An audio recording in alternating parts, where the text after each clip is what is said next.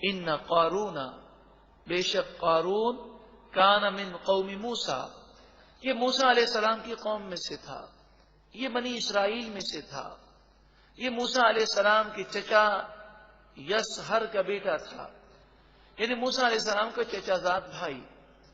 یہ بڑا خوبصورت تھا، اتنا خوبصورت تھا کہ سورج جب روشن ہوتا تو اس کا چہرہ چمکنے لگتا۔ یہ شکیل تھا، اس کا نام لوگوں نے منور رکھا۔ یہ بڑا نیک و پہلے جب غریب تھا تو بڑا نیک و صالح تھا، توریت کا بڑا اچھا قاری تھا۔ جب یہ توریت کی تلاوت کرتا تو لوگ پھوٹ پھوٹ کے روتے تھے، مگر جب اس کے پاس مال آ گیا تو اس کے تیور بدل گئے۔ آج بھی یہی ہے کہ کئی لوگوں کے لیے مال بڑا نقصان دہ ہوتا ہے کہ مال کی فراوانی میں وہ اللہ کو بھول جاتے ہیں۔ یہ منافق بن گیا۔ فبغى علیہم، پس اس نے ان پر سرکشی کی، بغاوت کی۔ حضرت موسیٰ علیہ السلام کو یہ مذاق اڑانے لگا اور کہنے لگا کہ نبوت، رسالت آپ کو ملی۔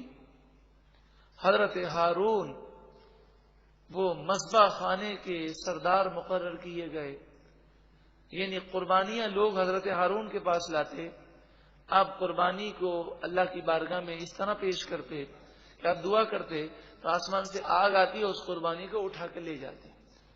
تو کہا کہ آپ دونوں بھائیوں نے سب کچھ اپنے پاس رکھ لیا اور میں بھی تو آپ کا چچا زاد بھائی ہوں، آپ نے مجھے تو کچھ نہیں دیا۔ تو موسیٰ علیہ السلام نے فرمایا میں نے حضرت ہارون کو کچھ نہیں دیا، سب اللہ نے دیا ہے۔ تو کہنے لگا یہ تو نعوذ باللہ من ذالک، یہ تو آپ مجھے اس طرح کی باتیں کر کے مطمئن کرنے کی کوشش کر رہے ہیں۔ تو آپ نے فرمایا ایسا کرو کہ تم اپنی لاٹھی لاؤ۔ حضرت ہارون اپنی لاٹھی لائیں اور بنی اسرائیل کے دیگر لوگ بھی خشک لاٹھیاں اور ٹہنیاں لے کر آئیں۔ پوری رات وہ گاڑ دیں، اللہ کی عبادت کریں، جس کی عبادت مقبول ہوگی اس کی لاٹھی، اس کی ٹہنی سرسبز و شاداب ہو جائے گی۔ ساری رات قارون بھی عبادت کرتا رہا اور حضرت ہارون بھی عبادت کرتے رہے، لیکن قارون کی ٹہنی خشک رہی اور حضرت ہارون کی خشک جو ٹہنی تھی وہ درخت بن گئی اور اس میں پھول پیدا ہو گئے۔ تو اس نے اپنی بہت زیادہ انانیت کا مسئلہ بنا لیا اور اس نے یہ سمجھا کہ گویا کہ حضرت موسیٰ علیہ السلام نے مجھے تمام بنی اسرائیل کے سامنے ذلیل اور رسوا کر دیا، تو اس نے ایک سونے کا محل بنایا اور دن رات یہ بنی اسرائیل کو کھانا کھلاتا۔ لوگ اس کے پاس جمع ہوتے، لوگ اس کی چاپلوسی کرتے، یہ قصے کہانیاں سناتا اور لوگ ہنسی مذاق کرتے۔ تو ان لوگوں کے درمیان اس نے مشہور کرنے کی کوشش کی کہ یہ لاٹھی حضرت موسیٰ علیہ السلام نے اس ٹہنی کو سرسبز و شاداب درخت اپنے جادو کے زور پہ بنایا۔ تو یہ گویا کہ کافر ہو گیا کہ نبی کا مذاق اڑانا کفر ہے۔ لیکن حضرت موسیٰ علیہ السلام اس کے ساتھ نرمی کا برتاؤ کرتے رہے، اسے سمجھاتے رہے۔ اب زکوٰۃ کا حکم آیا۔ بنی اسرائیل پر لازم تھا کہ 25% زکوٰۃ دی جائے۔ ہم پر ہے 2.5%، ان پر تھا 25%۔ لیکن قارون پر آپ نے اپنے اختیار سے یہ نرمی فرمائی کہ 1000 درہم میں سے 1 درہم تجھے اللہ کی راہ میں دینا ہے، یعنی 1000 میں سے 250 بنتے ہیں جو تمہیں دینے ہیں۔ لیکن اس کے لیے آسانی تھی کہ 1000 میں سے صرف 1 دے، اس میں یہ تو کوئی مسئلہ ہی نہیں ہے۔ لیکن جب اپنے مال کا حساب کیا تو یہ بہت بڑی رقم بن گئی۔ جیسا کہ آپ جانتے ہیں کسی کو کہا جائے کہ آپ کو 1 لاکھ میں سے 2500 روپے دینے ہیں تو کہ کوئی مسئلہ ہی نہیں ہے۔ لیکن جب زیادہ مالدار ہوگا اور اسے کہا جائے 1 کروڑ میں سے 2.5 لاکھ زکوٰۃ دینی ہے تو کہتا 2.5 لاکھ، 1 ارب میں سے 2.5 کروڑ تو کہتا 2.5 کروڑ۔ تو اس نے جب حساب لگایا تو بہت بن گئی۔ تو پھر اس نے حضرت موسیٰ علیہ السلام کو بدنام کرنے اور موسیٰ علیہ السلام کی عزت کو نقصان پہنچانے کے لیے ایک منصوبہ بنایا۔ قرآن مجید ارشاد فرماتا ہے وَآتَيْنَاهُ مِنَ الْكُنُوزِ، اور ہم نے قارون کو وہ خزانے دیے، کنوز کے معنی خزانے، ما ان مفاتیحہ، کہ جس کی کنجیاں چابیاں، مفاتیح کے معنی چابیاں، لتنوء ضرور بھاری تھیں بالعصبۃ اولی القوہ. اولی القوہ کے معنی مضبوط، عصبہ کے معنی جماعت. مضبوط جماعت اس کے خزانوں کی چابیاں نہیں اٹھا سکتی تھی، یعنی 40 یا 70 اونٹوں پر اس کی چابیاں خزانے کی لادی جاتی تھی. آپ ذرا غور کریں، اگر ہماری ایک الماری ہے، اس الماری کی 1 یا 2 چابیاں ہوں گی. اس ایک الماری میں ہم اگر سونا بھرنا چاہیں تو اربوں روپے کا سونا رکھ سکتے ہیں. تو آپ سوچیں کہ اس کا خزانہ کتنا زیادہ ہوگا کہ اس کی چابیاں 40 اونٹوں پر اٹھائی جاتی تھی. اللہ اکبر.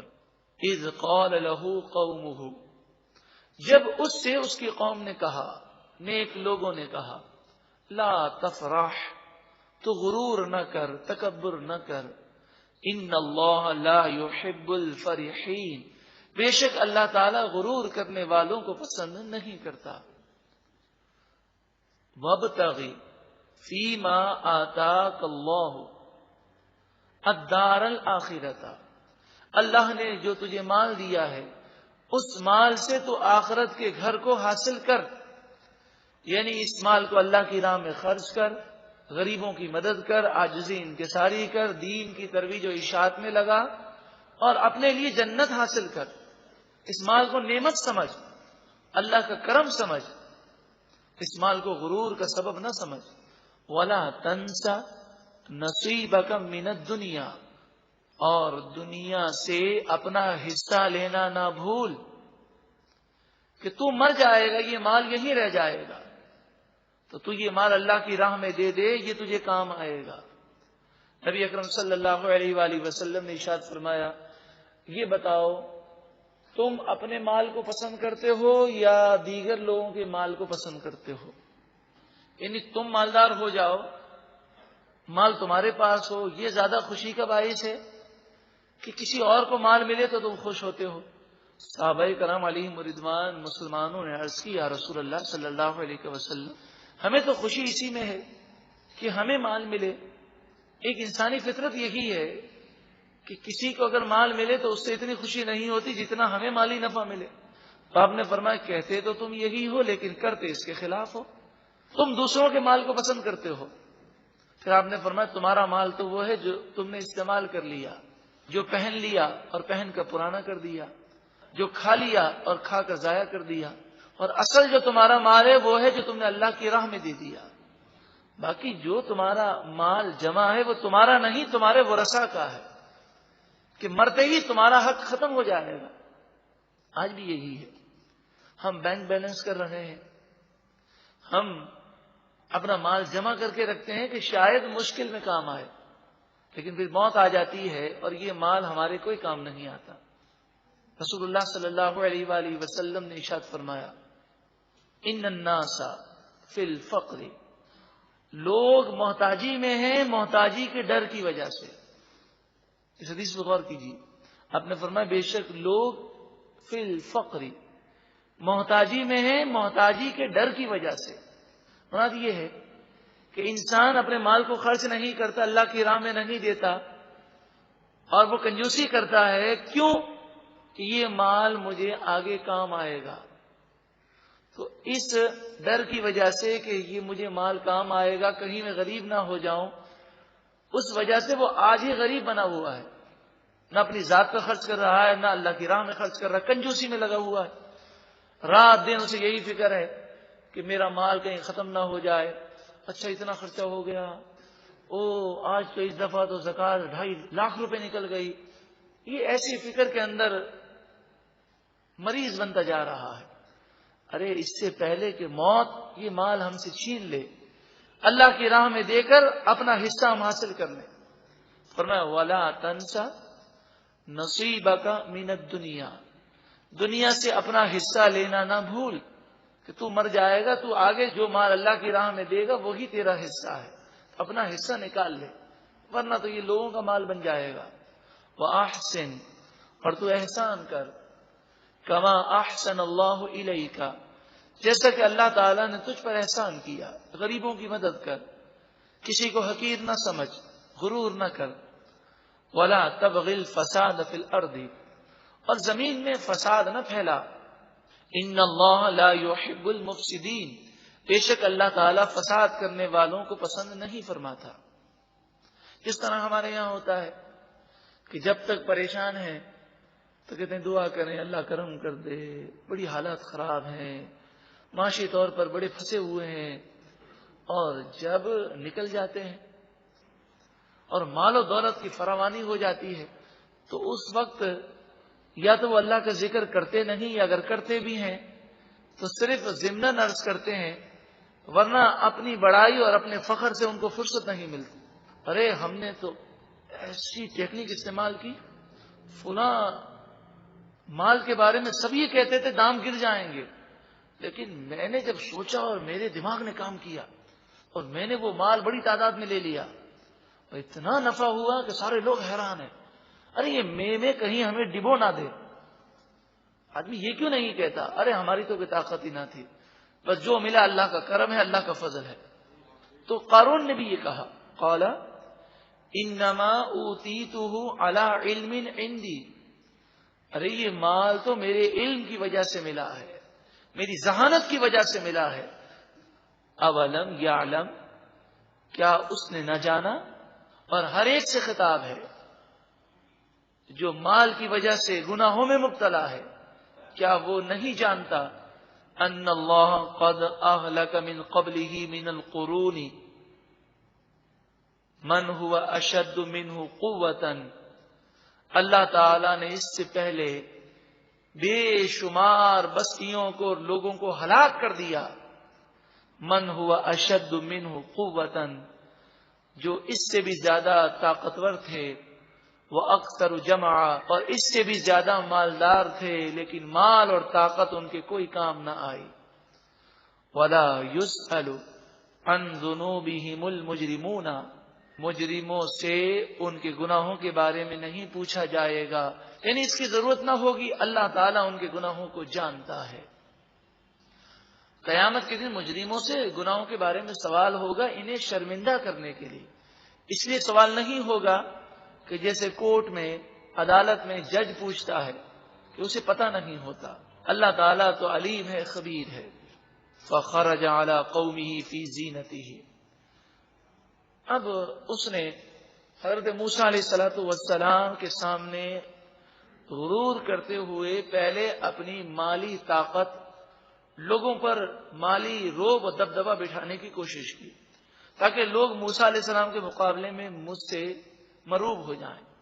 فخرج، پس وہ نکلا، علی قومی، اپنے قوم کے سامنے، فی زینتہ، اپنی دولت کی نمائش کے ساتھ، یعنی چل رہا تھا. اس کے پاؤں کے نیچے سونے کی اینٹیں رکھی جا رہی ہیں، چاروں طرف دولت کے انبار اور اس کی نمائش اور نام و نمود ہو رہا ہے. نام و نمود کرنے والے اور اپنی فیکٹری یا اپنے بنگلے یا اپنی کار کی نام و نمود اس لیے کرتے ہیں کہ ہمارے وہ رشتہ دار جو غریب ہیں ان پر ہمارا روب داری ہو جائے.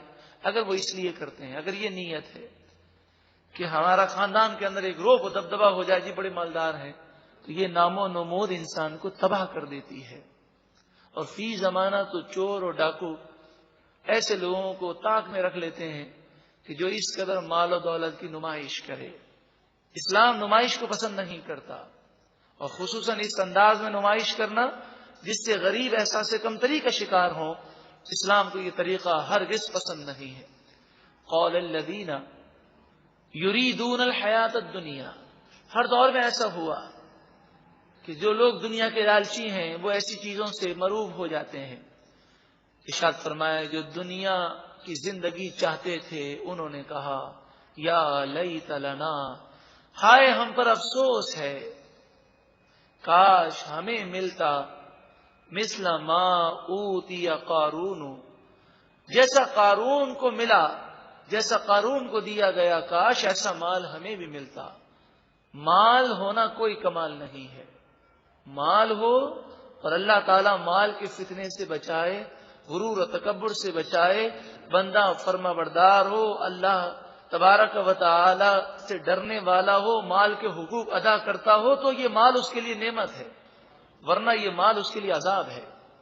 اور جس طرح مالدار کو ہم نصیب والا سمجھتے ہیں کہ جی بڑا نصیب والا ہے، بڑا پیسہ ہے، انہو لذو حظ عظیم، تو یہ دنیا کے متوالے یہی کہنے لگے کہ بے شک قارون بڑے نصیب والا ہے۔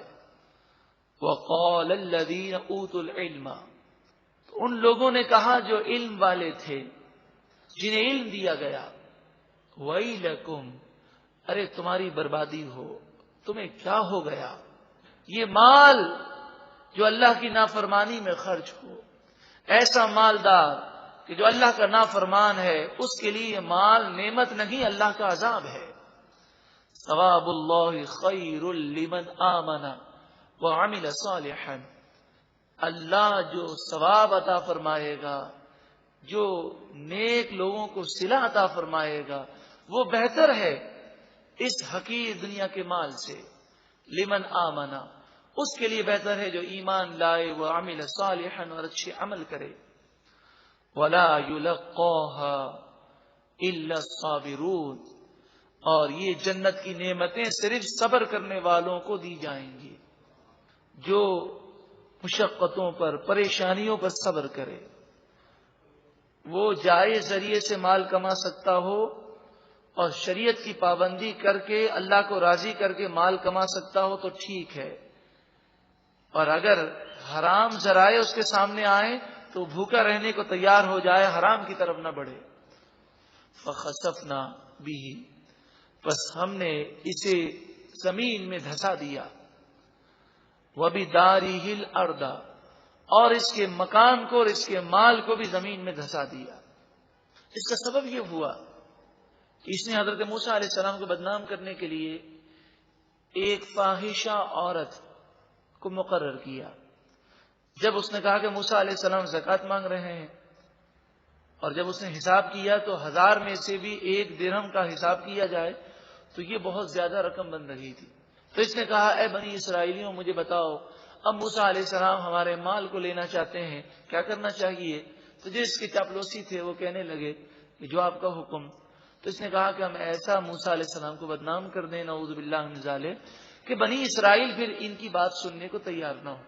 ایک بری عورت کو اس نے تیار کیا، اس نے برائی کی تھی، اور برائی کی وجہ سے اس کے یہاں بچے کی ولادت ہوئی تھی، تو اسے بہت زیادہ مال دیا اور کہا، اور بھی مال کا لالچ دیا، بہت انعام دوں گا، تو موسیٰ علیہ السلام کے سامنے، یہ سب کے سامنے اقرار کر لے کہ یہ بچہ موسیٰ علیہ السلام کا ہے، اور نعوذ باللہ من ذالک موسیٰ علیہ السلام نے یہ حرکت کی ہے۔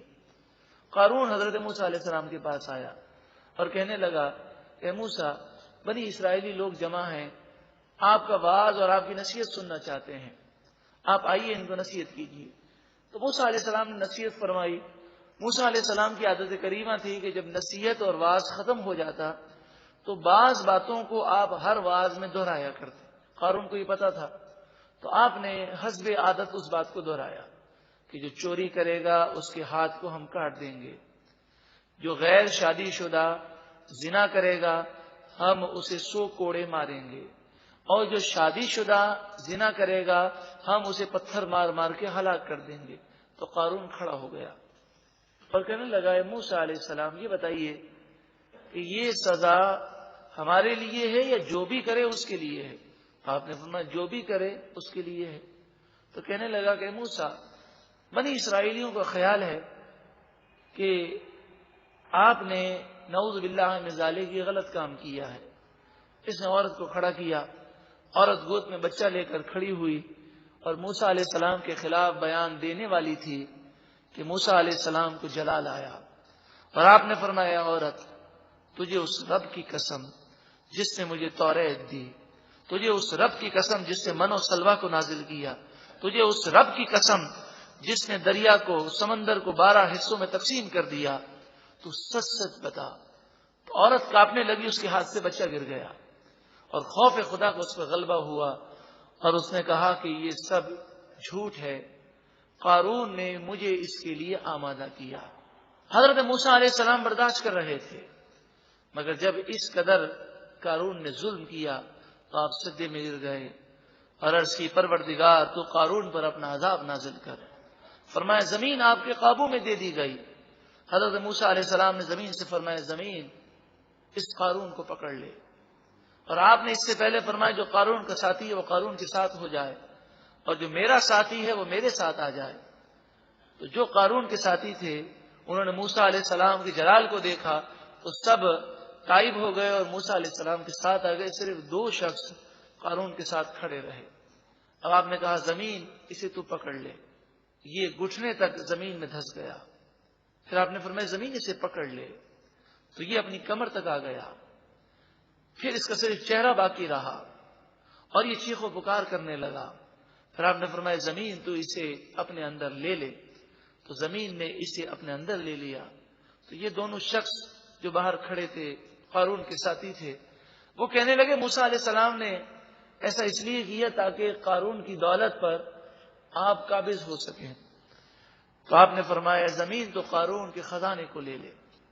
تو قارون کے مکانات اور اس کے خزانوں کو زمین نے اپنے اندر لے لیا اور وہ 2 شخص بھی زمین کے اندر دھسا دیے گئے. عبرت ہے مال کی وجہ سے یا عہدے اور منصب کی وجہ سے یا حکومت کی وجہ سے یا کسی بھی طاقت کی وجہ سے ظلم کرنے والوں گناہگاروں کے لیے اللہ کی نافرمانی کرنے والوں کے لیے عبرت ہے. فخسفنا به وبداره الارض پس ہم نے قارون کو زمین میں دھسا دیا اور اس کے گھر کو اور اس کے مال کو بھی دھسا دیا. فما كان له من فئة ينصرونه من دون اللہ اس کے پاس کوئی ایسا لشکر نہ تھا جو اللہ کے مقابلے میں اس کی مدد کر سکے اور اسے اللہ کے غضب سے بچا سکے. عبرت ہے لوگوں کے لیے کہ جب اللہ کا غضب آئے گا تو یہ دنیا کے لوگ ہمیں کچھ نہیں بچا سکیں گے. ان کی خاطر اللہ کو ناراض نہ کریں. وما کان من المنتصرین اور قارون خود اللہ سے مقابلہ کرنے کی اور بدلہ لینے کی طاقت نہ رکھتا تھا. وَأَصْبَحَ الَّذِينَ تَمَنَّوْا مَكَانَهُ بِالْأَمْسِ صبح کے وقت وہ لوگ جو کل قارون کی جگہ کھڑے ہونے کی تمنا کر رہے تھے اور قارون کو کہہ رہے تھے بڑا نصیبوں والا ہے یقولون وہ کہنے لگے وَيْكَأَنَّ اللَّهَ يَبْسُطُ الرِّزْقَ لِمَن يَشَاءُ مِنْ عِبَادِهِ اصل بات یہ ہے کہ اللہ تعالی جسے چاہے کشادہ روزی عطا فرماتا ہے اور یقدر اور جسے چاہتا ہے اس کی روزی کو تنگ کر دیتا ہے. روزی کا زیادہ ملنا اللہ کے راضی ہونے کی دلیل نہیں ہے اور روزی کا تنگ ہو جانا یہ بھی دلیل نہیں کہ اللہ ناراض ہے. کبھی اللہ تعالیٰ روزی دے کر آزماتا ہے اور کبھی تنگ دستی دے کر آزماتا ہے. لولا امن اللہ علینا اگر اللہ کا ہم پر فضل نہ ہوتا کرم نہ ہوتا لخسف بنا تو ضرور ہم بھی اس کے ساتھ زمین میں دھس جاتے. وَيْكَأَنَّهُ لَا يُفْلِحُ الْكَافِرُونَ اصل بات یہ ہے کہ جس کا ایمان برباد ہو جائے جو کافر ہو وہ کبھی بھی کامیاب نہیں ہوتا.